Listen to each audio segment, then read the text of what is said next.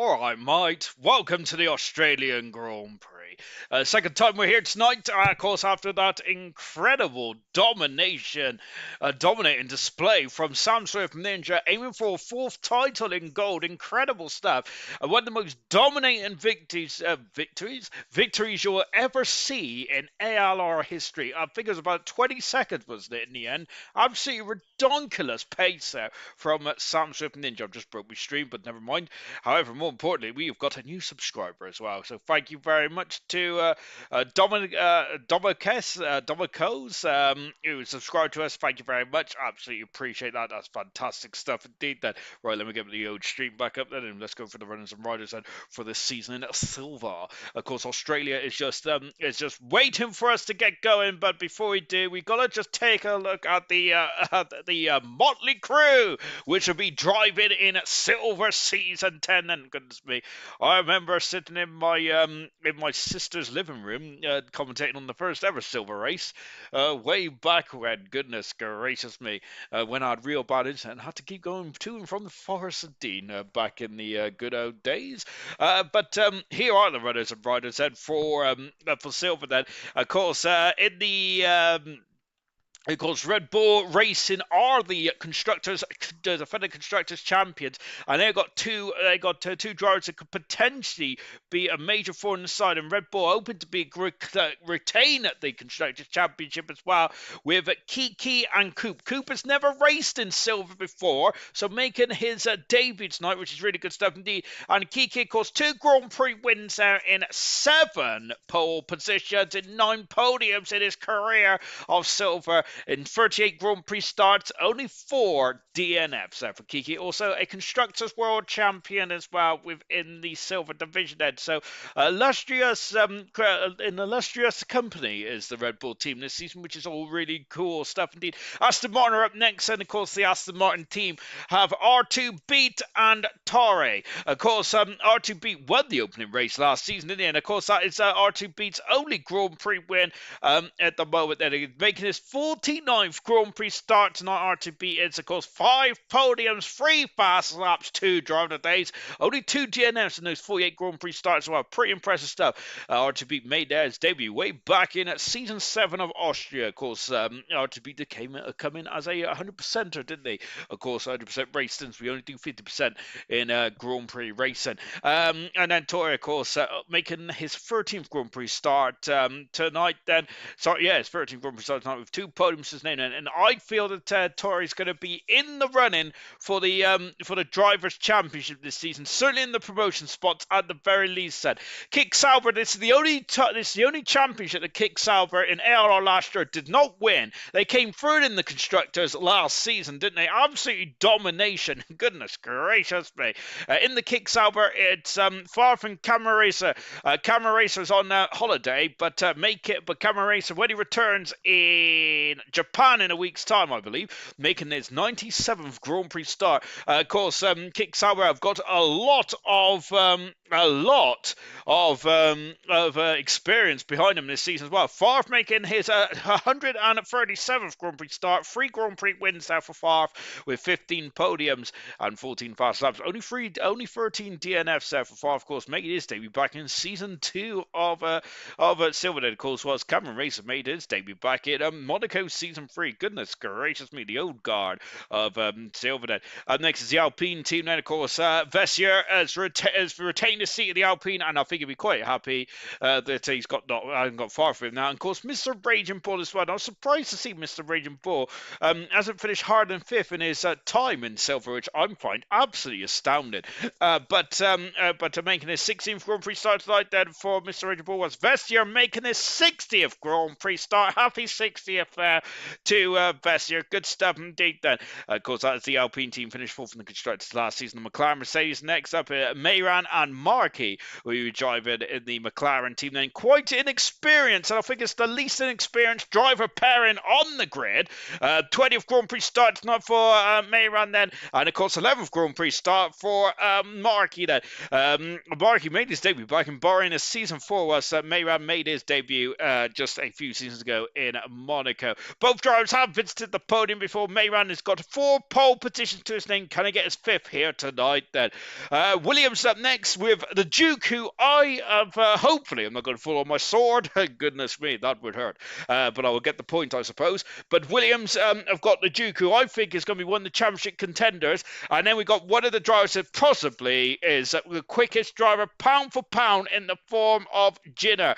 The Duke then has already got a Grand Prix win to his name then, but and I do feel that is going to be, but I reckon he's going to win a lot more than one this season. Jinner's never won a Grand Prix in silver, and has never had a pole position in silver either. There, making his 41st Grand Prix start tonight is Jinner, whilst it's the 16th start there for the Duke. Oh goodness me, I'm running a bit late then.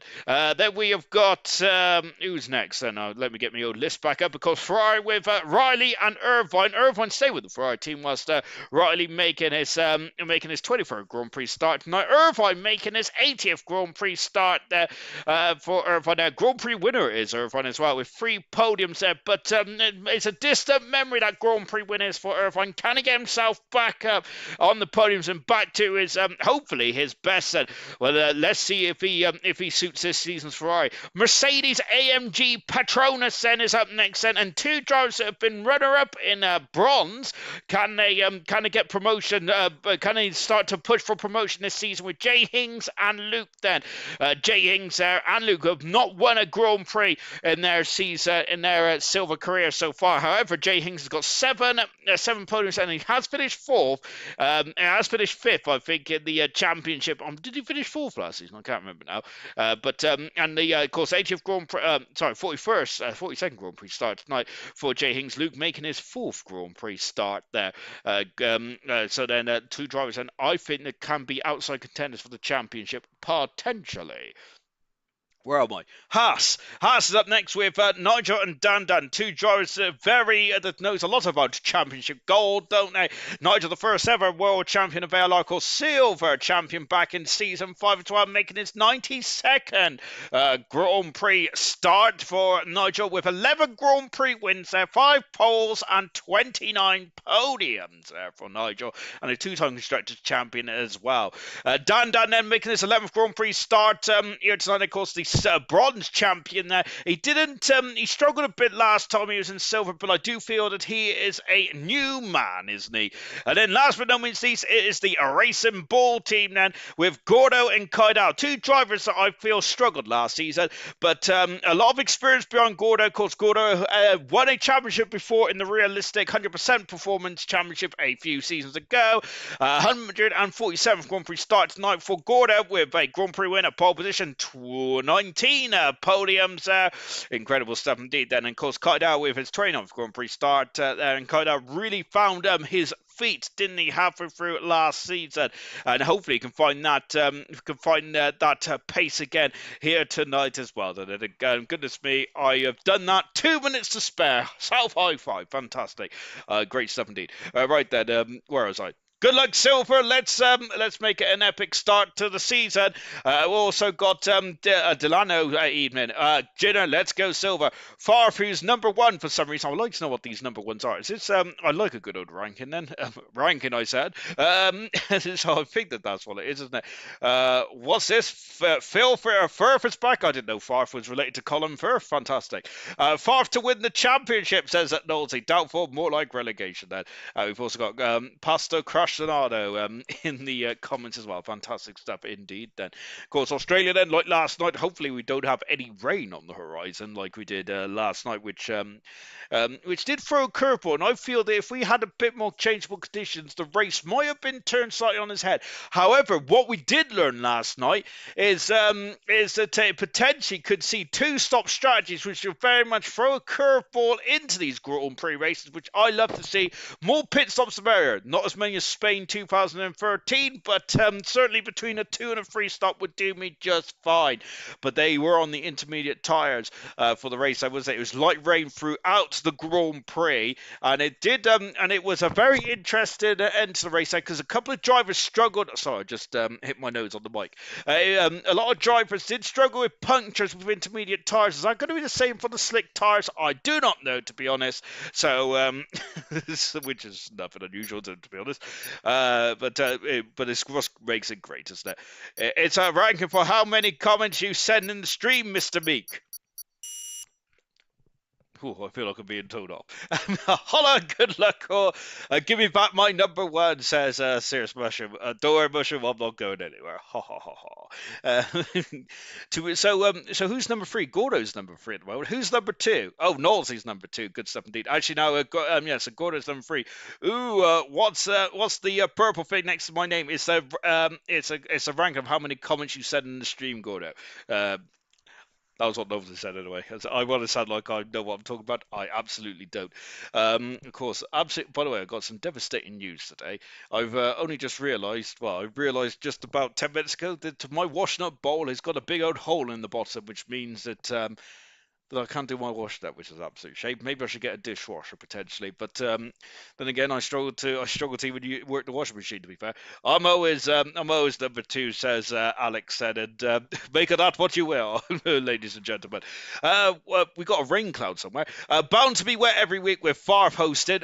I'm surprisingly, Farf didn't host last night, did he? But there was a bit of a rain in the air. 19 drivers in this field at the moment. I think we're missing a McLaren. No, we're missing one of the constructors' champions, aren't we?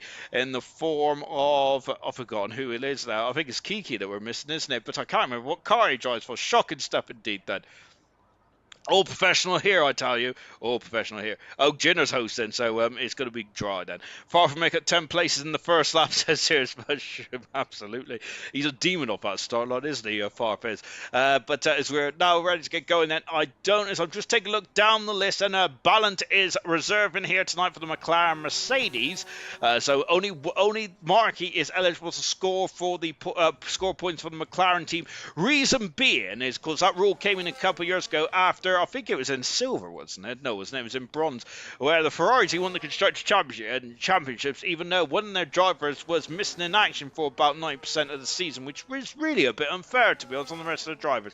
That is why the reserve drivers are not eligible to score points. However, the reserve drivers are eligible to score drivers' championship points and all that kind of stuff. The rain curse is now on me, laugh out loud, says Knowles. Then Jinner will then.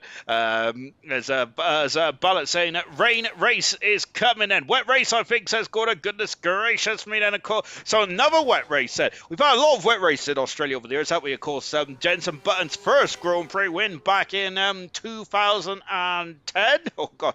I hate when I think about that. I get really sad because 2010 only feels like a couple of years ago. It's actually 12 years, which is horrifying. Because when I think about some of this 12 years ago, I think about around 2000, maybe 99, 98. Love the helmet, by the way, from Jenner. Of course, that's the most important thing. The way you impress me, ladies and gentlemen, is by showing me your helmets. Out of the final turn now for Jenner. Jenner's never had pole position before in silver, but I feel that he's going to break his duck then. On board with Jenner, of course, had 11 pole positions last season in bronze, or 12, something like that. Of course, the most ever pole positions in a single season was set by Glock back in season 1 of silver, all those many moons ago. Into the Brundle turn. Is it still called the Brundle turn? I do not know, but I live in 1996 then. Go Bellant is my dad, says Domo Carl said. I apologise profusely. By the way, thank you very much for apologies for butchering your name there, but thank you very much for the subscription earlier on there. Of course, our newest subscriber, which makes us up to 680. We can get to 700 at the end of the season, then I think it's a job well done. Maybe Serious Mushroom might need to create some of those fake YouTube accounts. What? We're just on forward Jenner now, going into 11 now. I don't really like this corner of 11. I know that's how dare I say that, but I don't like turn 11. It's just it's a bit too tight. It doesn't flow with the rest of the circuit, in my opinion. But I must say, I do prefer the pre 2022 circuit myself. But then again, I'm a golden oldie. Out of the final turn, here comes Jenner across the line to set the fastest time of a 16.3. Then on provisional pole position then for the Australian Grand Prix, but hold your horses. Oh, goodness me, it's Riley there doing a bit of teleportation now. Potentially raining, says Farfar. Danny Bella there as well. So rain should be banned, says Serious Mushroom. Agree, says Irvine. I'm on it, sir, says Serious Mushroom. Of course, Serious Mushroom, is the fan favourite, and whatever he says goes, and doesn't he? Right, Serious Mushroom's actually the owner of ALR. Out the bottom turn there comes Riley across the line then, and Riley has done the 17 flat there to get him second position, but he's about 6/10 of a second away, and look at a bit matrixy out there, isn't he? Here comes Gordo in the racing ball, thank goodness for that. I must say that the RB is probably one of the worst team names in history. Why is one of the worst team names in history, from your opinion? Throw your opinions into the designated comment section there, because I'll be interested to know. Kyle has gone at 17-1 there in the other racing ball. And here comes Gordo. Coop, as in Soup, has gone into a 17-2. Great, Coop unfortunately relegated, but I do feel that he's going to have a strong season. Gordo has gone second fastest, 4/10 of a second away from Jinner, who is the pace setter at this moment. Gamer's already had an issue there. Of course, Gamer is one of the reserve drivers in tonight in the Kick Sauber. On board with Mr. Raging Bull then. Love the helmet design then in the Alpine, the most beautiful machine on the grid, but the slowest of the time runner so far from Mr. Raging Bull. He's got to find some time out there. Billet, unfortunately, has had an issue then. Of course, as we're just on board with Gamer, who's also had a cropper there as well. Torrey currently out on circuit with the Lewis Hamilton inspired crash helmet. When was that? Was that 2014, 2013? He had that helmet? I think it was 2013, you know, potentially. But Torrey's about to go in now. That I apologise, I keep knocking my face at the moment. Then I prefer Wiser said Arrows was a crap name. Really, I love the Arrows name. Maybe I'm just old. I really like the F1 Arrows team name. I must admit, I didn't really like the I think it was the Modena name. And basically, they was like the Lamborghini, weren't they? But they didn't want to call themselves Lamborghini because I don't think they want to do, I think it's something about reputation or something like that, but sadly that car was not very good. It was only in F1 since 91. They was meant to, I think Lamborghini was meant to be the works engine for a Mexican Formula 1 team called Glass before they was went mysteriously missing. The early 90s with Formula 1 teams is absolutely fascinating. I love reading about some of the team names. And of course, everyone knows about the about the Andrea Moda cars. And of course, with the Italian shoemaker, Shoemaker, Andrea Cicetti or something like that. I can't remember. Of course, with some of the infamous stories around that. Good stuff indeed there. But go Luke, says Stephen there. I have a fan. I like the car, not the name. Marusha as well. Yeah, Marusha didn't do it, like, to be fair. Across the line there comes Tori. Pole position then, 2/10 of a second in front of Jinner then, and that is impressive. We are expecting Tori to be a major factor. And well, just like I say that, here is the, I think he's the odds-on favourite for the World Championship in silver this season. It is the Duke, who finished fourth in the championship last season. Grand Prix winner, but it's not one. But he's only won one Grand Prix so far. But Tori and Duke, as it was in the pre-season video and driver lineup reveal, is Gamer's in trouble and he's out of the race and out of the session. Unfortunately, Nigel goes full faster. Can Nigel rediscover some of his old pace? And that remains to be seen as well. Marky just starting his lap there, going from and he's already invalidated Marky. I was like, too greedy into the entry of 1 and 2, which is it the Alan Jones chicane there? I do not know, but all we know is it's 1 and 2. That is Vestia on a lap now. Luke Chapman, he typed mushroom wrong then. He also got the division wrong too. Who's missing? Says Serious Mushroom. There's a Kick Sauber missing. Gamer's back in the session. Kiki's not in at the moment either, shockingly enough. And how dare he? He's meant to be in that bit. Shocking stuff, but Kiki will be driving in the second Red Bull car. And then, as I think we've also got as Vestia coming through, threading the eye of the needle, so to speak, isn't he, as he comes through these very fast. Kicked up into 9 and 10. The back end trying to step out there. I must admit, I was on board with Vestia there, and I thought he was going to spin off there, but luckily he kept it on the straight and narrow. He's almost out of batch there. You can see the new graphic there, just underneath the, on the helmet of Vestia there. So you got 22% batch there. Of course, we're harvesting at the moment there, as you can also see. We're on the hot lap as well, as Vestia does not want to leave any performance on the table. Out of the final turn, DRS right on the money, over the grid hatch as well, and this is a 17-0. That is 6 passes. That's row 3 of the grid there for Vestia at this moment in time. Here's Farf. Farf's used a lot of battery already, but that's maybe a bit too much battery in the first sector, because he's really going to struggle now in the Kick Sauber. Remember, Kick Sauber started off perfectly last night with a dominating win there. Well, almost perfectly. A dominating win there for Sam Swift Ninja, aiming for his 4th World Championship in 4 seasons, aiming to emulate Sebastian Vettel and Max Verstappen. And incredible stuff here. Here comes Ballant back out on circuit as well. I hope they have a good reason. Was feeling what? I gotta get my specs on. To be honest, the older I get, the worse. I might have to invest in a big old tablet, because I can barely read the comments there. But I must admit, I'm glad I stopped reading it, because I thought Mushroom said something else there. On board with Ballant now in the McLaren. Now, a lot of ERS deployment now for Ballant. Currently the slowest time runner so far. Disappointed not to be in the bronze championship. There's a 4-time driver for Ballant there, but of course I think it was. I think that potentially Ballant there will certainly be one of the drivers that hopefully will be in the bronze championship as a full-time driver in the not too distant future. Of course, out of the turn 11 corner now into turn 12. So we've got 2 more turns to go then. Duke currently on pole position by just over a 10th of a second for Toya in second. And Ballant has had enough of that. Into the pits he comes out. Here comes the bronze champion. It's Dan Dan, then flies through 5 and 6 there in the Haas car. And now what can Dan Dan do in the Haas? And of course the Haas have got 2 drivers. It's certainly know a thing or two about championships and Grand Prix wins. Nigel, silver and gold champion. Dan Dan, the bronze champion. They basically got all the championships in the Haas. Now, can they replicate it and produce the goods? And Haas have got a very good history in silver as well, haven't they?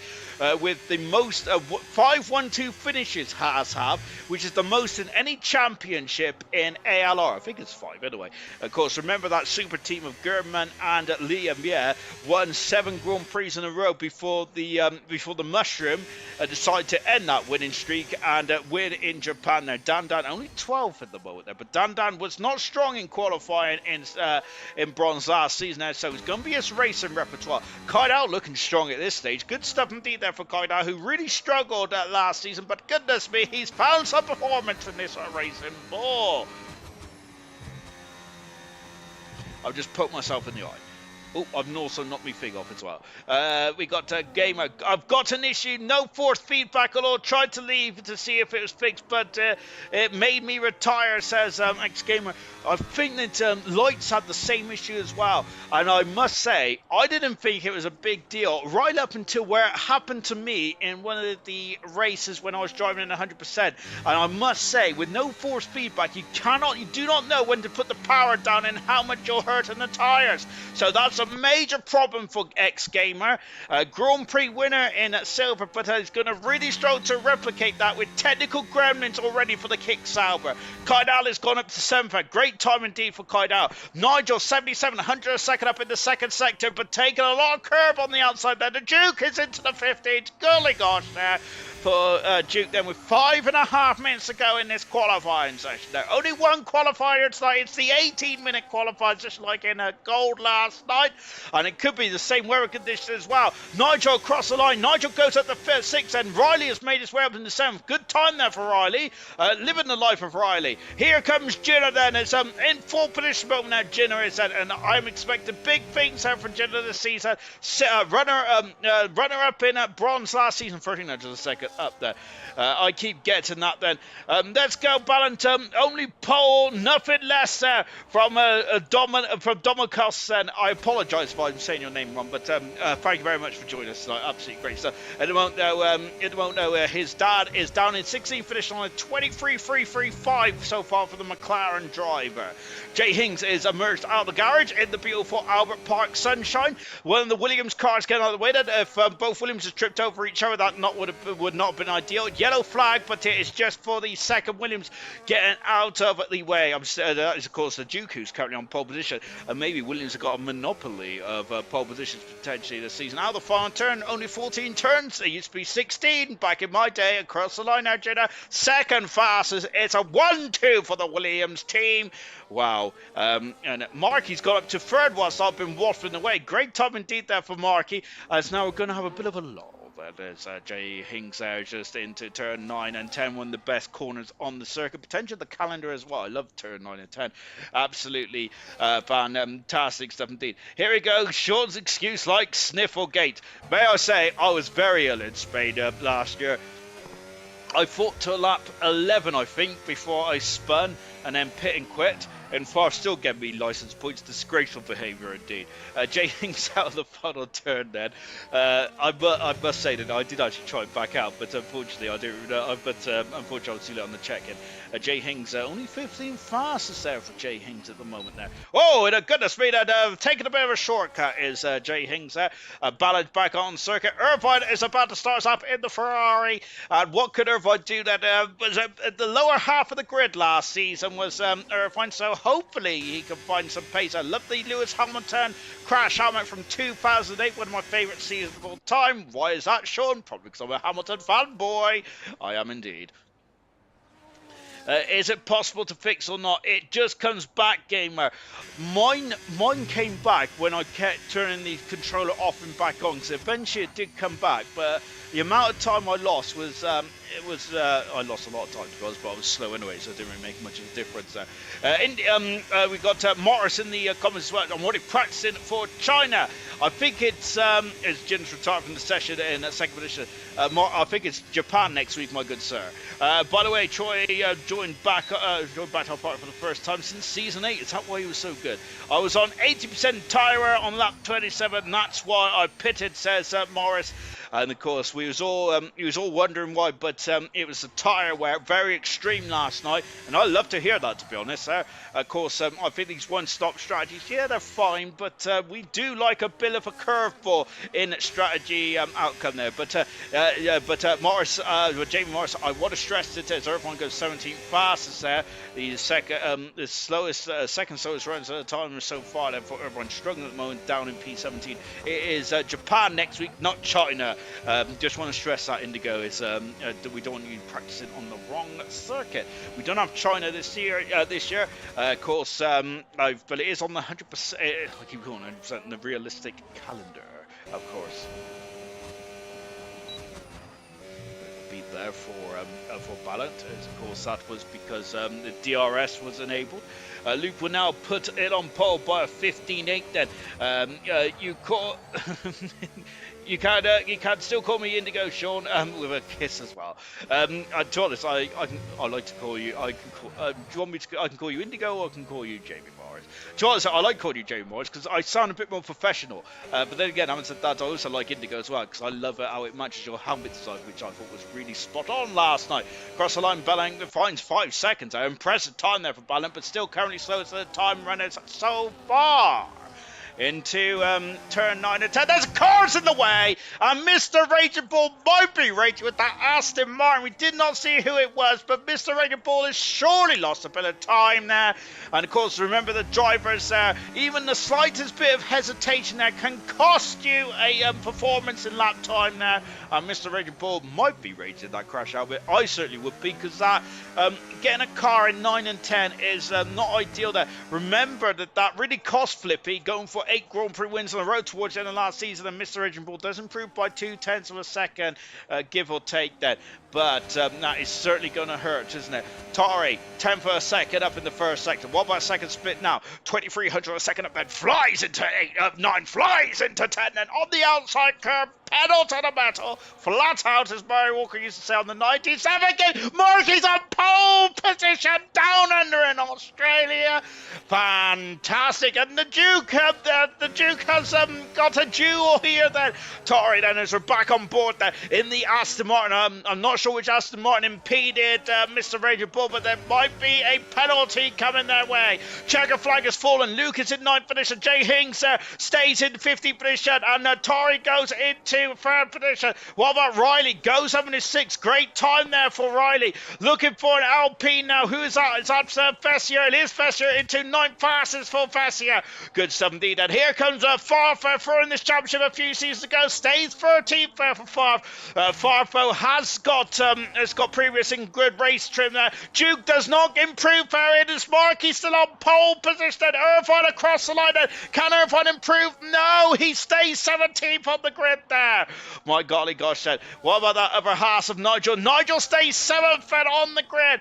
My goodness me. Uzi Gordo stays in 10th position. A great qualifying so far for Kaidal, but he's finished for the day, sadly. And what about Koopas and Soup? Stays in 13th, but no, he goes out to 13th, I should say that. And it is Markey pole position. Now, that was not what I was expecting, but Markey on pole position for the Australian Grand Prix. And he's now in the pits there. He can get the newspaper out, even though I don't think Markey even reads the newspaper because he's not from the 19th century. But Markey with pole position number 1 of the season. And I think that's his first ever pole position in his career in silver, if I'm not very much mistaken. No, I'm not. Markey, his first pole position of his career in silver. And what a pole position it was then. And I think the McLaren team are going to be... Oh, lush, we got the chase cam there. And Markey is going to be overjoyed with this result. I am sure of it. What a way to start then for the McLaren and for Markey. Pole position there by 1/10 of a second. Impressive stuff. I've lost where I am. Where am I? Markey pole position. Duke is alongside him on row 1 there. Tori in 3rd position with Jinner in 4th. Mr. Raging Bull 5th. Riley, a great 6th position there. Nigel and Kaidal 7th and 8th. Kaidal, brilliant. Fesher and Dandan 9th and 10th. And Gordo 11th. Luke in 12th. Koopas and Soup 13th. R2 beat 14th. Farf, Jay Hings. Then we got Irvine, Ballon and Gamer. Issues with the force feedback. Hopefully it's back for the race there.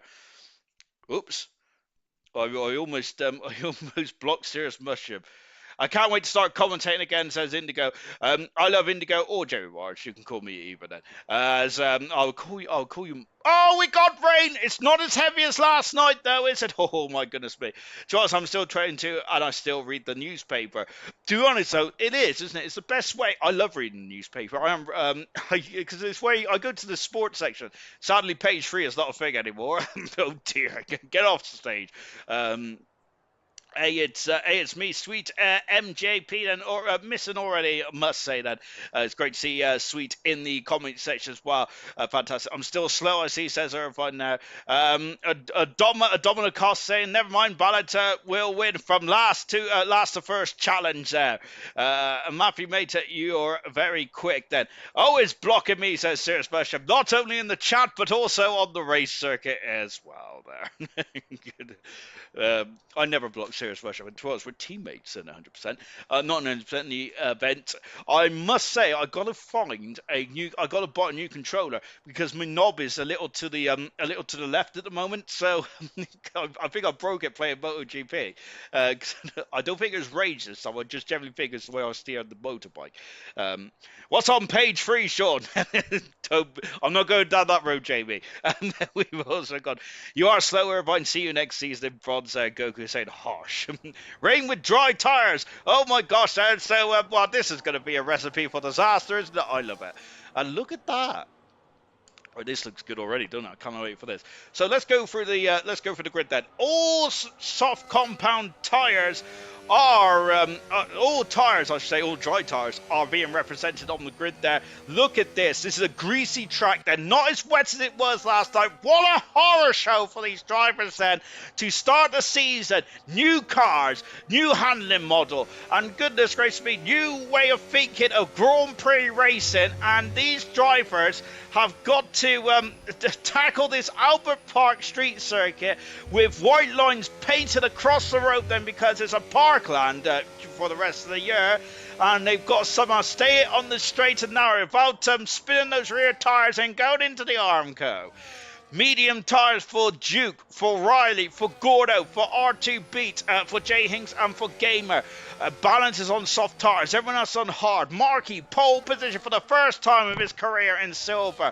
Fantastic. Duke is alongside him on row 1 and will have a traction purchase off the grid then. With Tori in third position. What am I trying to say? I don't know. Jitter in fourth position with fifth Mr. Raging Bull. Riley in sixth. Nigel in seventh position. Kaidal, what a performance in eighth. Ninth position is Bessier. Knowlesy's in the session. Goodness gracious me. 10th position is Dan. 11th is Gordo with 12th Luke. I love the helmet, by the way, for Luke. We didn't even see Luke in qualifying. Shocking. 13th position is Coop as in suit with 14th is R2B. Already greasy there. Farfin 15th. J Hings is 16th. Irvine is 17th. Ballard is 18th. Has Gamer, love the helmet. Has Gamer, though, got force feedback because there's technical gremlins in that Kick Sauber. Kick Sauber, of course, dominated last night with one car. The other car did struggle a bit then with Legends there, but let's see how this one goes. Is the rain getting heavier out there? It feels like it's getting heavier to me, or is that just me eating too much there? As your knob is a little to the left. Sadly it is, but on my controller anyway. The other one is unfortunately too small to hang anywhere. Right, on the grid now for the start of the Australian Grand Prix. 5 lights are on, then we got 4, we got 5. It's a pause. And it's go. And they get away very gingerly. Look at how Williams and Duke then spinning up the rear tyres there. And he's already dropped down the third position as they go into turn 1 then. Markey leads. Jay Hings has got a major issue there as he's got a 10-second penalty after a collision with... Whoa, who's that off? Someone in the background has vaulted into the air. I'm not sure if that was a connection issue or what. But Markey leads. Duke is in third position. What's going on here then? Connell is find up into fifth position. There's cars off the show, off the circuit here. More contact there between Jitter and Connells are fighting wheel to wheel. Yellow flags in the background as well. It's all kicking off here on the outside. Vesser is up into sixth for this. They're done very gingerly trying to get the power down in this very less grippy circuit. The grip has gone. Farfar's up 9%. Farfar's up to 8th position. Goodness gracious me. Farfar is hasn't got time to waste there. We got 4 cars, 5 cars fighting. This is gonna be hairy indeed. Going into, oh my gosh, I can't look. Farfar's with the facility where things always go peak-tong. And somehow they've all made it through. Incredible stuff indeed then on this opening series of corners here. But goodness gracious me, it is absolute anarchy out there at the moment. But Vessier on the hard tyres headers. We've got Nigel in 8th position. And there are the position changes. Kaido started off so well, has actually ended up dropping down there. Luke almost off the start. He comes back on in front of Gamer, who's made his way up into 12th position. Up 7th position. Gamer is there. Balance up 4 positions as well. I'm not sure what happened with Jay Hinks. There's a wingless resin ball there. Issues in the back there. Dan is dropping down the order as well. Lucas made up into 11th position as well. Gamer's out to the top 10. That's a McLaren Mercedes having a sniff there into turn 1. And as he got him, he's having a look there. And yes, balances through, passes Dan. As Dan got damage on the old house. There's contact and either wall he goes there. Oh my goodness gracious me. And I don't think Dan realised there was a car on the outside there. Lucas dropped down and Coopers and Soup is through. On the outside we go back on board with Luke, the runner-up in bronze from last season. Look how difficult it is to get the power down. As Knowlesy's left the session, Kiki is not in the race either. Unfortunately, so that's going to really hamstrung his chances of challenging for the championship. R2B is now up in 15th position. He goes wide because Mr. Raging Ball is through and on the inside going up into turn 9. Well, we're nowhere near turn 9 actually, but now it's going to be a drag race. DRS is being enabled because the track is not deemed as wet enough there. R2 Beats has now been to drop down to 16th position as well. Luke is off the circuit there as he was side by side. I think with, don't think it was it with Ballot there or was it with Coop? Luke is down into 16th position. There's damage to the car. Markey is 2 seconds in front of the rest of the field. The Duke is now in the 2nd position. Tori in 3rd position. Riley in 4th. Ginner's down in 5th position. Far for steam through the field like a hot knife through butter. As has Game with I King Sauer's got launch control, hasn't he? Goodness gracious me. Oh, incredible stuff indeed. Markey lap 3, 2.25 seconds in front now then of the rest of the field. Farf is setting the world on fire. He is flying through the field like a hot knife through butter. On board with Jenner. Look at how many corrections the steering wheel Jenner's doing at the moment. Goodness gracious me. That's how slippery it is out there. Down into the pits now. And Jenner on the inside. Contact with Riley there. Maybe the day later. Dollar Show he's on the outside now. But Riley there into 4th position there. Mr. Raging Bull and Jay Hinks are swapping positions. Raging Bull is down in 12th position. Balance on a great race so far and forced its way through the field. As now both Mercedes are 14th and 15th. That's not ideal for the from the team from Brackley. They thought they'd be a bit harder. That's a Mercedes off and in the wall goes Luke. There's a bit of frustration there for the bronze runner up there. Down the pits onto the medium compact tyres. Jenner is through and passes Riley. There's no DRS then for Riley, unfortunately, which means that it was kind of a much easier overtake there. Riley off the circuit. Farf is now aiming to get past the Ferrari as well. Mr. Raging Bull and Balance is now swapped positions again. Goodness gracious me, gentlemen there. And Balance is now down into a 13th position, back on board the McLaren driver, or we was temporarily, but Vesser all over the gearbox of Farfet has and Farfet on the hard tyres is driving superbly well out there. The soft tyres of Balance is also doing a superb job indeed there. As we come out of the final turn, Markey leads, but the gap is now down to 1.7 seconds. Duke has set the fast over the race out on those medium tyres. He is finally going there. I'm surprised that he wasn't quicker off the line, but he had a almighty lot of wheel spin, didn't he? And luckily he only dropped down 1 position, but he's back up in his 2nd now. Is the track getting wetter out there? It doesn't look like it at the moment. Let's take stock on lap 4 because I am sweating and I've got a white t-shirt on and you could almost see my pectoral muscles. Irvine is up to 15th position. R2B has dropped down to 16th. Lucas in the pit. Soft tyres here for Luke. I feel that I wonder if Luke should possibly have gone for a different tyre strategy, says the guy who knows absolutely nothing about tyres. Gordo set the fast off race. Balance on the outside, gets past Jay Hinkter. Once again, snaking around there. Both of them have locked wheels. Irvine is through and up to 14th position, again past Jay Hinks, who's down to 15th. R2B is now stuck up into 15th position. There he goes, up into 15th, under the trees into turn 6 here. Oh gosh, I got to sit down. I've got cramp in my calf. Oh my gosh, incredible stuff indeed there.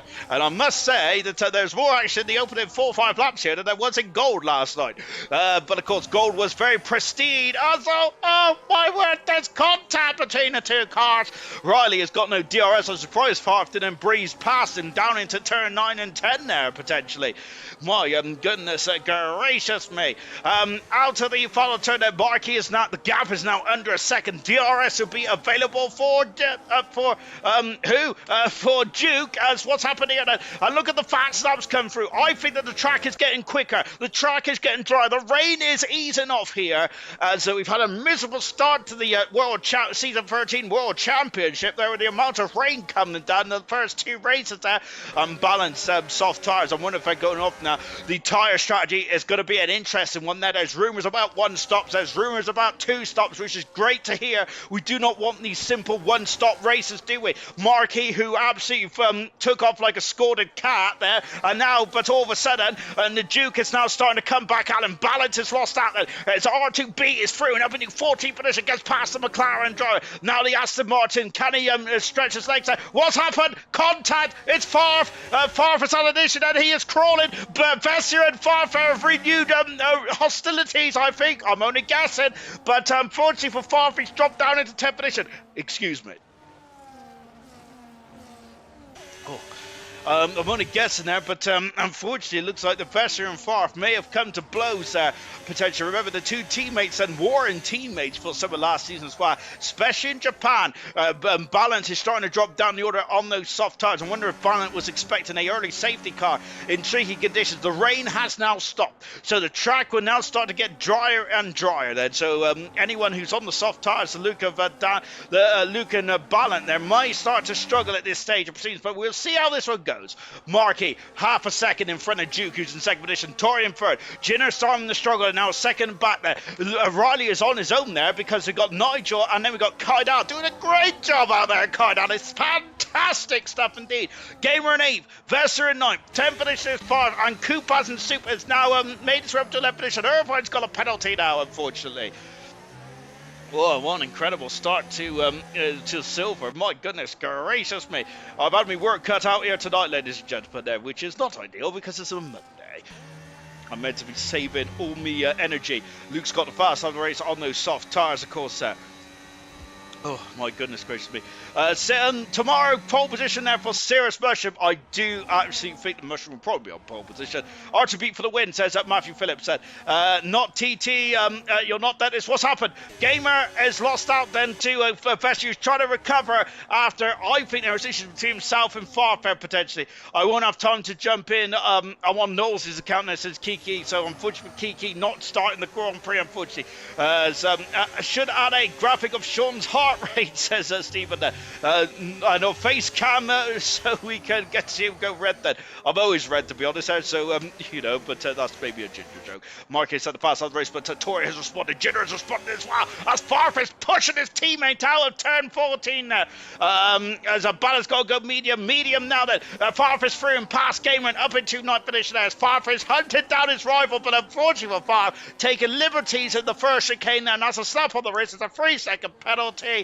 And Farfair may be in a bit of trouble with the stewards on that one. At the inside for Coop, down at the inside, but the Gamer trying to hang it out, but Coop there, breaking later than Gamer, potentially a bit robust there, but he's got the move done, up into 10th position, and away he goes. Farf done a couple of penalties already, and we ain't even at half distance yet then, so that could be a major problem then, later on in this Grand Prix.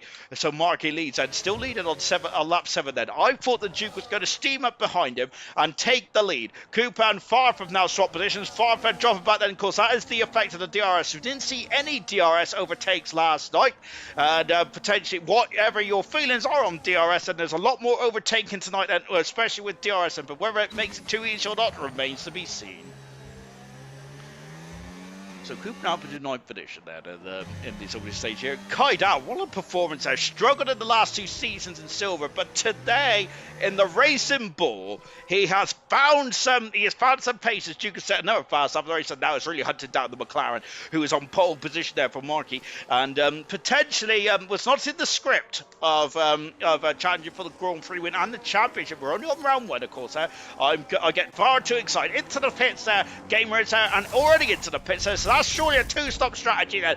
On lap 8 then, the hard tyres goes on for Gamer, unless he can nurse those tyres to the end then, which he potentially can do, but that is going to be a new challenge this season, all about whether you can get these tyres to the end of the race then. On board with Kaidal. Well, to be fair, Gamer can get to the end because he's used 2 types of tyres, 2 types of compound tyres. Of course, as long as you use either a medium or a hard, or a soft or a medium, or a soft or a hard, or anything like that, then you can get to the end of the race. And here comes Kaidal again then. And I must say, I'm not going to make no bones about it. I'm really happy to see Kaidal in it and fighting for points there. Of course, it's been a difficult 2 seasons for Kaidal. A hats off to him for sticking with it, because I certainly wouldn't, because I must admit I'm a oh, is that a Ferrari gone? No, it's all right, Riley, I thought it was off the circuit there. I wouldn't, because I have not got intestinal fortitude.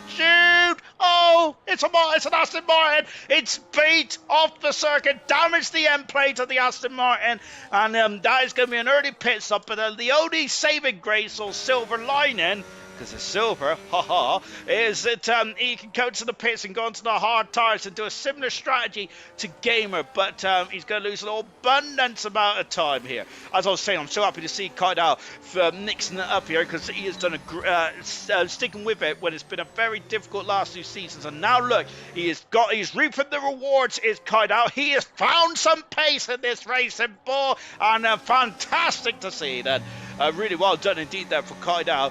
And the other racing ball of Gordo down in 15th position at the moment there, so it's not overly happy in the racing ball garage, but I think they're going to be quite pleasantly surprised there. Vessier is flying, goodness gracious me, he's caught to the back of this pack quite quickly, and it's dropped Farf and Coop also in the last couple of laps, so love the helmet design as well, keeping with the same colours as the Alpine machine, and now here he goes up the inside into turn 11. It is 11. Oh, Vessier dives up the inside. There's going to be contact. There's through with the wheels and side pods, but Vessier is through and dives through, and he's got to stay in that DRS, because I think the DRS is going to be a major factor. Look at Coop, actually. I was saying that he's dropped Coop, but all of a sudden Coop is in DRS as well. He's going to be helped by that overtaking maneuver that we just seen of Vessier, but keeping themselves in DRS is very important. Nigel's not using DRS there. There are technical problems for the Haas car. Not ideal for Haas. One car down in 17th. Nigel's in 6th, but if there's technical... Well, he's using the DRS now, so maybe Nigel didn't want to use it down the start-finish straight for some reason. We now have Coop and Chicken Leaky Soup in the same championship, which is perfect, especially as a man who likes food like myself. I certainly do, and I would love to, one day I hope that Gordo does send me some chicken soup thingy, because I like to taste the cuisine there. Marquis 4/10 of second in the lead still. Here comes Nigel. Now Nigel is using DRS, and he's going to pass Riley. Riley is going to be a sitting duck or a sitting horse there on the outside. Nigel through into 5th position. 6.5 seconds though separates the top 4 and this gaggle of cars. So not ideal for Nigel. So Nigel's going to have to go ham now, but whether he's going to be able to keep Riley behind on the medium tyres, but I do feel the medium tyres are starting to go off there. The Duke has not got past Markey, so there might be a bit of undercuts going on here now, potentially with Riley. Into the pits comes Jenner. So Jenner is the first driver to come into the pits there, so that means that if the hard tire's going to do 10 laps, it's going to be fantastic. I cannot wait. I love it. And so Jenner into the pits now then. So because of more pit stops, there's going to have to be more overtaking, because there's more overtaking, more traffic. The top runners are going to really have to think on their feet about what to do in this one, because this is going to be good, isn't it? I love it. Jenner there is out of the pits, 11th position, just in front of Irvine. 2/10 of a second behind Mr. Raging Bull with fresh tyres. Jenner's going to catch us to the back of the Alpine in no time at all. So anyone going to cover off Jenner? Is Marky going to cover off Jenner? Oh no! What's happened? It's Mr. Raging Bull off the circuit. Remember Nakajima crashed there in 2008, was it, or 9? Very unusual place to crash. Don't see many accidents there too often there, but unfortunately for Mr. Raging Bull, he is the victim of the Nakajima corner, and unfortunately got damage to his car. That is not good. And probably understatement of the night. Vessier, he's going to re-perform his party trick up the inside, and Riley gives him a lovely bit of car space. Good stuff there from Riley, because I think that Vessier put a lot of faith into the Ferrari of Riley, but they knew he could do that because Riley is a clean customer, and he's into the pits now. No one else has reacted to Jenner coming into the pits early. So Jenner, I'm wondering then, what tyres is Jenner on? He's gone onto the hard tyres again, I'd say. Jenner, as I think he was on the hard tyres to begin with this race as well. Now I just got to go ham. You just can't stop, can you? I absolutely can't, especially when ham's involved. I do love a bit of ham.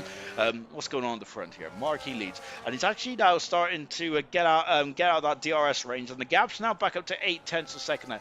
Very intriguing stuff in this race. Interesting stuff indeed. To be honest, I have no idea what Duke's dropped down into 3rd position now. More yellow flags then. As where was the yellow flag? I did not see. I think it was something on the start-finish straight, actually, wasn't it? As out of the pits now comes the Alpine of Mr. Raging Bull. I did not see where that yellow flag was. Luke's in the pits now. Luke's got a 10-second penalty as well. It's going to be a lot of frustration for Luke. Then, of course, the driver that was at his absolute peak in bronze last season. But this season it started off slightly difficult for Luke, unfortunately. Not even at half distance yet. Goodness gracious me, I'm already drenched there. Oh my gosh. No retirement so far in this race. Luke's coming out of the pits now, but Luke is almost going to be lapped. And Duke is into the pits there. So Duke has done 12 laps, and so maybe this will be a one-stop, because surely the hard tires can get from here to the end of the race. And I wonder if Ginner's made a mistake on coming to the pits this early, actually.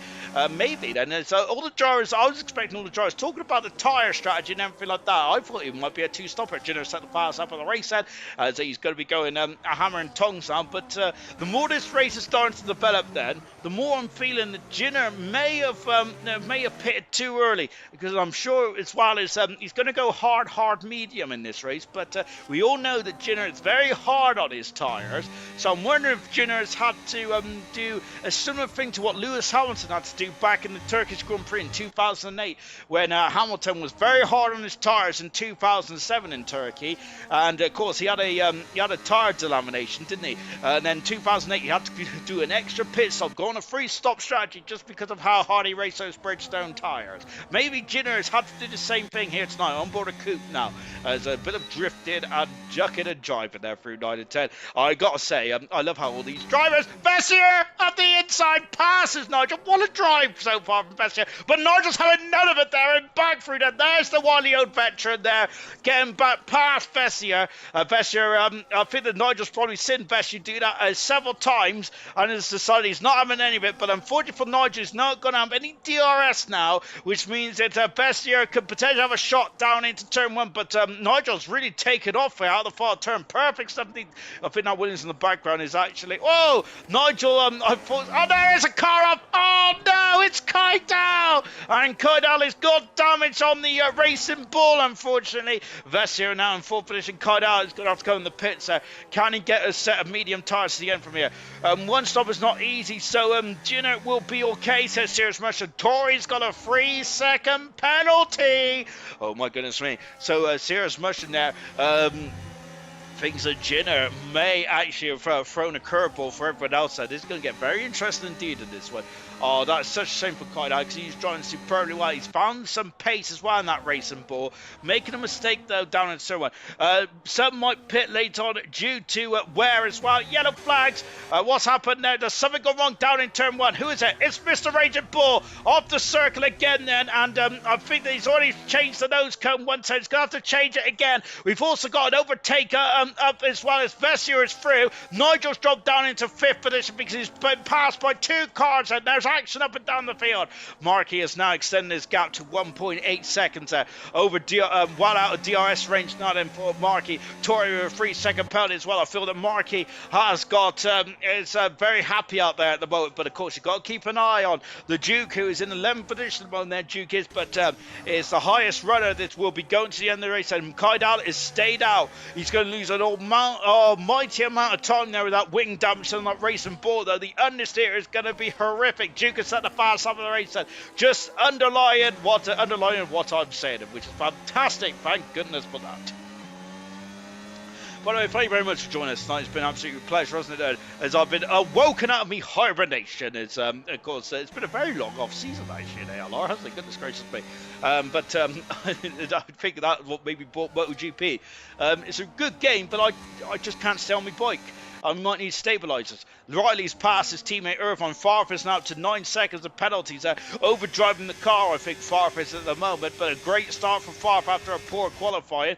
As now here comes Gamer. No, it's the Duke who's through and up into 10th position. This is the problem now, of course, with the new strategy options. You have to get through in the traffic. And that Ferrari is not going to be very helpful for the Duke, is he? And look at Gamer all over the back of Duke here. Of course, Duke finished 4th in the championship last season. Won the favourites for the championship this season. But look at the amount of time he is losing here. This is going to be painful for the Duke, who's in 10th position at this moment. Then you're welcome, says Serious Mushroom. Absolutely. As oh, Ferrari almost spun it off the circuit, goes there. Duke is through and in 10th position. Gamer will be through and in 10th position there. Duke is up to 9th there. If I ever get the positions right, that'll be fantastic. Nigel's dropped down. He is struggling. Nigel is now. He's lost 3 positions in the last 2 or 3 laps or so.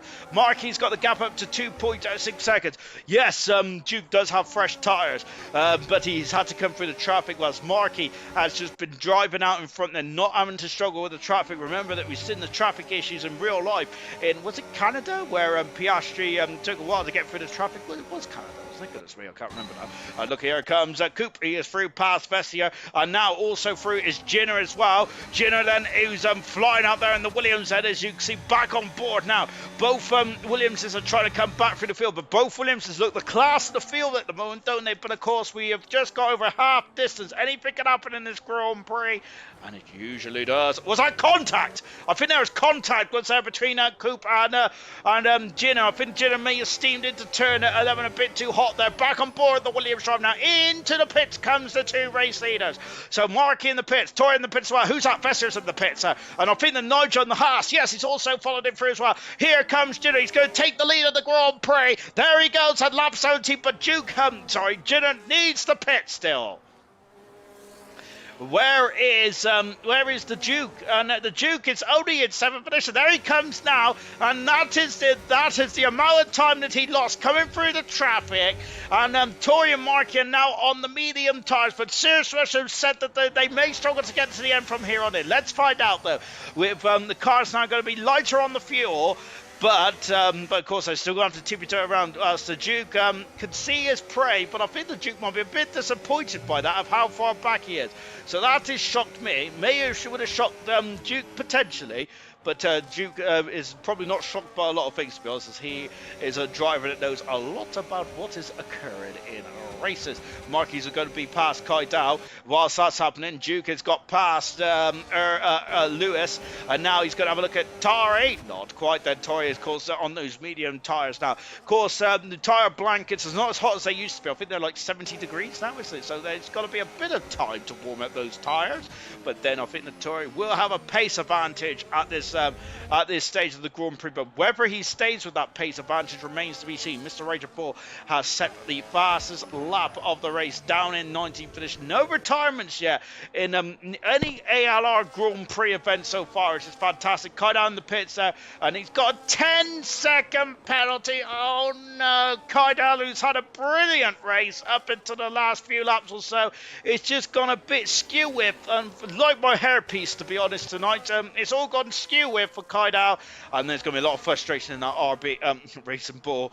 And to be honest, I'm very disappointed. Penalties racking up now, says Serious Rush. We did have many penalties last night in gold, didn't we? But it might have been down to the track conditions there, where if, of course, when the track is wet, you want to stay well away from those yellow lines there. They do use non-slippy paint, don't they, if that's a thing. But even so, it's still going to be slippery, isn't it, in these Formula 1 machines there. Here comes the Duke. Oh, my gosh, and he's just merged through the Tory. Goodness gracious me. We hadn't even passed the watershed yet, ladies and gentlemen. Good gosh. Tory down into 5th position. Danan's got a 3-second warning. Duke is through and to 4th position. Whether that's legal, a lot remains to be seen there. Goodness gracious me. Be interested to see what the stewards think of that. But I suppose no incident was no foul play on, I suppose, isn't it? Goodness me. 3.4. Oh, is that Tory off? He was. He just dipped his wheel onto the gravel there. The Aston Martin driver, even on the medium tyres, is struggling out there. Marky is going to not take the lead because Jenner leads by 4 seconds from Marky. Duke is now into 3rd position. Tori is in 4th with a penalty, with Lewis Riley in 5th position also got a penalty, but Riley is coming to the pits. Gamer in 6th position there. That is Coop and Soup coming out the pits now. Here comes Vessier in 8th position. Coop is coming out in 10th position because Nigel's through as well. Gordo just coming into the pits there. His teammate who is just in behind him then, and Kaida is going to be very disappointed with this because he's driven superbly well. Cloaking device activated, says Serious Russian there. It did feel like it was a Johnny English film, wasn't it? No, James Bond, that's the one. Don't know why I got with Johnny English, goodness me, but he is a legend as well, isn't Tory at the moment, they're just going to hang on to the back of Duke, but he is flying on those hard tyres as Duke. And the gap is 3.6 seconds. Remember that, everyone, because 3.6 seconds. Is that going to... Oh, just a bit of sweat just rolled down my back and into me crack. Oh, dear. But as Tory is now all over the back of Duke, he's going to have a... He's not going to have a go, is he? He's a bit too far back. Calm down, Sean. Goodness me. We're only on race 1 out of 20 here. I've got to keep... I've got to prepare myself. This is a marathon, not a sprint. But even so, Tory is in a full position there, but he might have a chance down into turn 1. Lap 20 out of 29 here. Jenner still needs to make another stop because he's used 2 sets of hard tyres. He needs to do a medium or soft at the end of this race. Here comes Tory through now, and now the medium tyres have started to really come alive here. Maybe the DRS helped him as well. Into the pits comes Gamer then, so Gamer into the pits. They're going to drop down the field. Favre has got another 3-second penalty. That's up to 12 now for Favre. Goodness me. Sean I am meeting. Tory's left and plate is missing. Good eyes there from Alexander. Oh, yes, indeed it is there. Where's that gone? Was there contact, or was the Aston Martin not built as sturdy as it should be? Adrian Newey has not got his hands on the car yet. Here comes Duke back through and into 3rd position. That is why Tory is struggling then. So it's not the medium tyres that are not performing well. It is actually the end plate misses off the Aston Martin car, which I completely missed. Goodness me. I'm meant to be an informer, but I was certainly not informed anyone at the moment. Jay Hings and Ballant there swapping positions there. There they go. Jay Hings having a horror show of a race there. And then we've got 2 Mercedes. And now Ballant there just a switch of position there. And Luke on the outside to the Brundle turn. Both Mercedes having a horror show. And Ballant there not giving much room there for Luke. As there's yellow flags. Jitters into the pits. Mr. Ranger Bull is covering, but has had a horror show of a race so far for Mr. Ranger Bull. I wonder if he's just struggling with the performance of the car. Ballant has done 12 laps on the medium tyres. I think that's the most anyone's done. Luke on the outside. Luke through. Jenner onto the medium tyres. 10 laps then for Jenner. He's going to go for a sprint finish. How much work has Jenner got to do? He's a second behind Nigel. He's in 7th position. Here's Markey, who's controlling the race absolutely splendidly well, isn't he? He's never won a race in silver before. Never had a pole position, but Markey is standing up in the seat of that McLaren. However, Duke has found a 10th per second on this lap. Tory's out of DRS range now. Riley is going to be happy with that because Riley could get himself on the podium here. We'll take a look at the penalties towards the end of this race. And if Mushroom reminds me, if he doesn't remind me, then blame him. Coop is through and into 8th position there. Farfy's got 12 seconds of penalties there. Goodness me, is Farfar unfortunately strong with the car. He started off so well, Farf did, but I do feel that the handling of this kick Sauber has been a bit of a demon today, hasn't it? As both Gamer having technical issues with the force feedback and Favre having issues in qualifying, and then the start was beautiful for Favre, but then since then Favre has been really wrestling this. Jenner's got a 3-second penalty, but Favre has been absolutely wrestling that car, which is not what you want to be doing in race trim. It's just going to hurt your tyres even more, which is why Favre could be on an alternative strategy here. Riley's in the pits. We've also got a couple of 10-second penalties out there as well. Nigel back in 5th position there. Nigel, I think, started off the season in Australia last season we were 4th, so Nigel's got good form around here. The question for Nigel is whether he can keep this good form. Here comes Jenner. He now needs to dive up the inside. Not quite. Pen, Sean. Thank you very much. The pen is marching to the sword, says says I, as Serious Question giving me a helpful reminder. 7 laps to go. Favre in the pits on the soft compound tyres. So just watching Jenner at the moment. Oh, Jenner ragging it there out of turn 5 and 6 there. He may have left skid marks on the circuit there, Jenner did. I left skid marks on me poof because I thought Jenner was going into the scene of the accident there. Of course, George Russell had a crash there a couple of seasons ago. It was in 2023.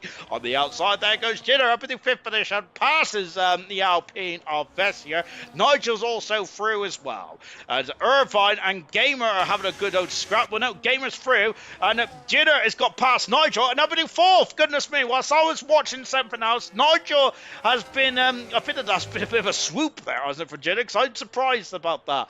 Unless Nigel broke a bit too early, potentially. Gases, what? Places gained. I'm a bit out of sorts. I haven't commentated for a very long time, so yeah, you'll have to bear with me. But what's my excuse the rest of the time? I hear you're all said. Let's not go there. Nigel Ed at 5th position. Marky leads. Gap is now down to 2.7 seconds. Last time we looked at the gap, it was about 3.4. So Duke is now starting to reel in Marky. Marky has never won a Grand Prix. Duke's only ever won one. So two drivers with any inexperience is when it comes to tapping into the experience of winning Grand Prix in this category of motorsport. But I must say, Marky's got a lot of experience, and Duke is very much quicker than a hiccup as well. Two drivers that are going to go to head-to-head in the Australian Grand Prix, as this is a lovely afternoon here at Albert Park. Then almost as lovely as having an afternoon stroll. Then no retirement still in this one now, as into the pits is Ballant and Luke then for the final stop in this race. I'll be surprised if Bar can get to the end of this race on those soft tyres. Jenner's got a 10-second gap that he's got to make up on Tory with 6 laps to go. Now, but of course, as Mushroom or Ted Kravitz in the pit lane mentioned, and it could be a tyre limited race now. Bell driver's going to try and get these tyres to the end there. The driver is probably going to be grinning from ear to ear. I think it's Duke. Yes, he's on second position. He hasn't got track position, has he? But he does have the harder tyres, which have a longer lifespan. Well, out of the two races I've commentated on so far, I must say that this one's been very exciting now. Last night, Sam Swift Ninja absolutely dominated. Riley's got the fast out of the race. Sam Swift Ninja dominated from lights to flag. Then one of the most dominating victories you'll ever see in ALR. And I've got to say that's an ominous statement of intent there from Sam Swift Ninja to become a 4-time world champion. My goodness gracious me. Of course, he is third in the all-time winners rankings. Oh, what's happened? Kyle is through, and we got Alpine off the circuit. It's Mr. Raging Bull. I think there's a lot of frustration in that Alpine car. The Alpine is just not compliant. Luke on the outside of Ballant and thrown into 18th position there. I think that there's issues with that car. There's some kind of issue there. Remember, Mansell had issues with his McLaren as well. Of course, the Mansell's a 92 world champion. Why is that relevant? I do not know, to be honest. I just watched a YouTube video on Nigel Mansell in his ill-fated McLaren years, even though it was only 2 races there. But had handling issues in Spain, didn't he? And I reckon that Mr. Raging Bull's got something similar going on that Alpine there, because Mr. Raging Bull is a driver that can tame a racing car. But unfortunately, tonight it has just not been ideal. Serious Russian positioning changes. There they are. Gamer at 10 positions there, but not eligible for the driver of the day vote. Of course, the driver of the day vote will be decided by you, but of course the admins are going to pull in their top 4 drivers, and then you guys have got to vote in the comments. And so very important stuff indeed there. You've all got jobs to do. I know it's a Monday. I know it's very harsh to have a job on a 8:30 at night on a Monday. It's shocking behaviour by ALR. We very much drive a hard bargain, don't we? Gordo in 40 finish run, and on lap 25 out of 29 here. I think the points may be a stretch for Gordo, but for his teammate Kaidal, it's not too much of a stretch there. RGB, who won this race last season in the Aston Martin, sadly this time around it has not been as fruitful. Gap is stabilised at the front. The gap is 2.3 seconds now. So that's very good stuff indeed there. So we're keeping on the driver of the day, and I'm not sure who if I was driver of the day, who would I pick? I think Coop up 6 positions is pretty impressive. Vescher's had a great race, hasn't he? Only up 3 positions there for Vescher, which I'm surprised by. Side by side, and Gamer there's repels the attack of Kaida. Incredible racing between those two drivers. As Kaida's a bit too far, but here comes Gordo now on the outside. His teammate repelling the attack, whilst Gordo's on the attack and through and into 13th position there. But Kaida is putting the squeeze out on Gamer, locking up the inside tyre of the kick. Sauer has been a bit of a beast by to really find the handling perfect for that kick. Sauer has been a difficult car to drive. Three out of the 4 drivers that have tried to drive this kick Sauer this season's had issues that are similar to the Red Bull. Kardow's got a 3-second penalty. Unfortunately, that slam dunk, and that could cost him. Irvine in 11th position, up 6th position as well. Could also be in for driver of the day then, as there's an Alpine that's just gone through. So I think that's Mr. Raging Bull just trying to unlap himself after what has been a pretty miserable race. Well, I say the gap is stabilised. All of a sudden, Mark has lost about a couple of tenths there to Duke, and this is going to be a grandstand finish in this one, isn't it? So then as we come to the end of the Oh, as we come to the end then of this incredible Australian Grand Prix, I've just opened something I shouldn't have opened. Hopefully my laptop doesn't lag then, since I was trying to lean it forward. There is the driver of the day poll, and on your screen now. Isn't that cool? Hopefully it's smaller tonight, because last night it was way too big, wasn't it? As you can tell, I have learned all the ropes, and it's only taken me 5 years. As Kydal then just a bit too far back at the moment there from the kick salvage. Have a bite of the cherry. The gap is 1.6 now.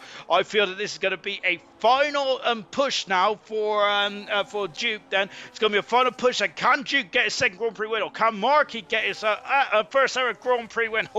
Driver of the day, Markey then. As poor Nigel put too much timber on for the McLaren cockpit. It's just watching it. So I put a bit too much timber on the Red Bull cockpit as well. I might be kicked out before I even get to, my career in Red Bull might be shorter than Liam Lawson's. But there we go. Hopefully, but luckily I might make it to China, but that remains to be seen. So at the moment, then, driver of the day votes coming in. Then Markey, we're 100% so far. Duke, Tori, and Coop are the other drivers. Then with the driver of the day vote, then just back on board now with Kydal. Then back here, then here comes Coop as well, flying past me. Am I over in turn 9 and 10? I'd love to stand there, because I think it's probably one of the best places to watch a Formula 1 car. Kydal a bit too far back now on that 27 out of 29, then 28 out of 29. Markey has got up to 2 seconds, and what a drive from Markey. What a drive from Duke as well. Tori in third position then. There are the, no, that's the tires. There are the penalties. Junior could be back up in third position. He needs to find a second then on these final 2 laps in this Grand Prix. My golly gosh, then back on board now with Kydal, who's got 13 seconds of penalty. Sadly, 10 of them came when he came into the pits a bit too hot. Koopas and Soup also challenging Vesser. We've got a couple of battles that needs to be settled with the final stage of this Grand Prix. Here to go then. I got my one back, says Jay Hinks got a 3-second penalty. Unfortunately for Jay Hinks, that may not change the outcome for Jay Hinks too much. There's been a bit of a horror show for the Mercedes team, down in 16th and 17th position there. But it's not how you start, it's how you finish there, isn't it? Here comes Coop. Dan Nunn's past Gordo in the battle for 13th position. And here comes Coop, and he is gaining, but Vesser is using all the deployments in that battery, because God, look at that there. As Vesser cuts across the Red Bull car, going into 9 and 10, and as Coop close enough to have a challenge into turn 10 to 11. He's on the inside, passes Vesser, and breaks a lot earlier. And I think the Vesser knew that he was not going to be able to fight that one too hard, unfortunately, wasn't he? Number 2 for me, says at Knowlesy Law. Oh, now I understand. Now I get you. Goodness me. I'm slow. What can I do? Not only slow on the track, but also slow in the old brain capacity as well. Vesser is going to probably save a bit of battery now for the final stage of this race, with 1 lap to go of the Australian Grand Prix. What a doozy of a race this one's been. And goodness me, I've even got on a new shirt tonight as well, but that one's going in the wash as well. Great. Markey might be in a bit of trouble here. We're on board. The gap is down to 9/10 of a second here. My goodness gracious me. So, the gap, is he in DRS? He is in DRS. So it's going to be an almighty lunge if the Duke is going to take the win off it. There's yellow flag as something's gone wrong, as Kydal is off the circuit. Oh no! And Kydal's incredible races. Second half of the race has been a bit undone by his incredible qualifying and the opening stint for Kydal, and that is a shame, really is indeed. But here comes Markey then, first pole position of his career. Now he's going to be his first Grand Prix win of his career as well, out of the final turn, and Markey wins down under in Australia. He wins the Australian Grand Prix and leads the Silver Championship. What a start to the season there for Markey, and punches the air. Fantastic stuff indeed. Yellow flag for one of the Mercedes then, as Jay Hinks is off the circuit in the car park of 4 and 5. Markey 7/10 of a second there, and he done just about enough to stay in front of Duke. And Williams there have got 2 cars on the podium as well. Superb stuff indeed. Then get your votes in for driver of the day. Markey 86% vote, Duke 14% so far. Irvine gets the final point as well. Hats off to Irvine. Great job indeed. Very good stuff indeed then. And 10 second penalty for Kaidal. Kaidal, goodness me. The good thing about Kaidal today is that he had the pace, didn't he? Just like he did in Zandvoort last season. So, and it was this race before Zandvoort. Was it Spa? There was two races where Kaidal was superb. And I think that this season as well, he has the pace there. I think the race execution may be a bit of, may needs working on, but great to see. But Marquis is the newest Grand Prix winner in ALR Silver. Remember that R2B got his debut win last year, but let's see how that one transpires. But Marquis drove superbly well here, controlled the race from start to finish, from pole position onwards, in those very difficult conditions as well. I would say that is pretty impressive indeed there for Marquis. And the race winner was Mark in the the race winner was Mark in the end. And fast start was Mr. Raging Bull. Gamer then with the driver of the day and the most overtakes as well. And the cleanest driver was Marky with a brilliant performance as well. Let's take a final look at the classification then from the Australian Grand Prix. Marky is first win of his career. Duke in second, 7/10 second away. Then the first two, the front row of the grid finishes in first and second. Junior in third position there. Strong performance there from the Williams team. Tori in fourth and Nigel in fifth with Coop as in soup in sixth. Vessier in seventh. Riley in eighth with Gamer in ninth. And 10th position was Irvine from 17th to 10th. Far from 11th and gets the most penalties today. No, I don't think he does actually. Kaidal, who does get 13 seconds of penalties with Dan, R2B, Gordo, Jay Hings, Luke Ballant, and Mr. Raging Bull completes the classification and no retirements in the opening two races. Pretty impressive stuff that is from all drivers involved. Fantastic stuff indeed. That's really impressive. Oh my gosh. And well, I need to settle down now. But before I go into me slumber, we are going to have a quick interview with the drivers then as well. Let's hope I've got all me bits and pieces working, and then we'll go from there. And I think that what we've got at the moment, who we got in the comms box? We've got Jinner in the comms box there with a great start to his silver career.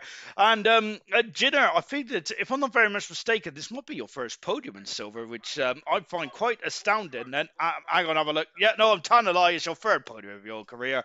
But Jenner, what a performance today to get on the podium. Both Williams have started off well, but I think more importantly for you though, is going to be a podium start to your campaign this season.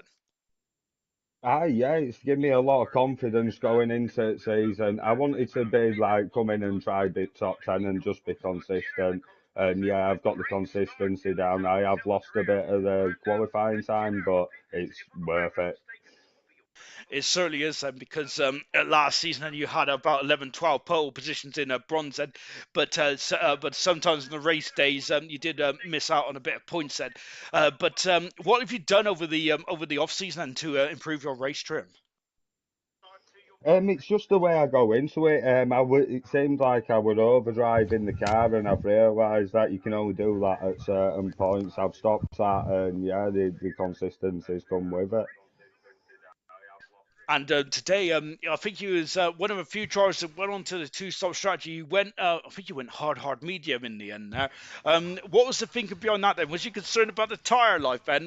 Because you're a man who prepares quite a lot coming into these races. So was you concerned about the tyre life around here? Yeah, I did watch Gold last night, and I was like, it could be a bit of a problem with the tyre wear in this game. So I was like, two stop, save the hard, just hoping for a dry race. It came, I used two hards, and yeah, I was just hoping for undercut, but yeah, they did well on the one stop, to be honest. And talking of which, said the start of the race was very difficult. Then it was a wet circuit with dry tyres. Then how difficult was it to keep it on the island? Was you thinking that maybe the intermediate tyres might have been quicker at that stage, or was it not worth the gamble? It wasn't worth it, to be honest with you. You might have been a little bit quicker, but you'd have had to get in front to use that advantage. If you're back when you're going to slow down, overheat your tyres, and then lose time in the pit stop as well. And as I said, it's a perfect start. Was a perfect start to the season with a great podium finish today. Then, as you go into Japan next week, then what is your aims and aspirations for this season? Then, because I have put you potentially on the upper echelons of challenging for the promotion spots. Then, is that where you realistically think you are, or do you think that you could potentially challenge for the championship?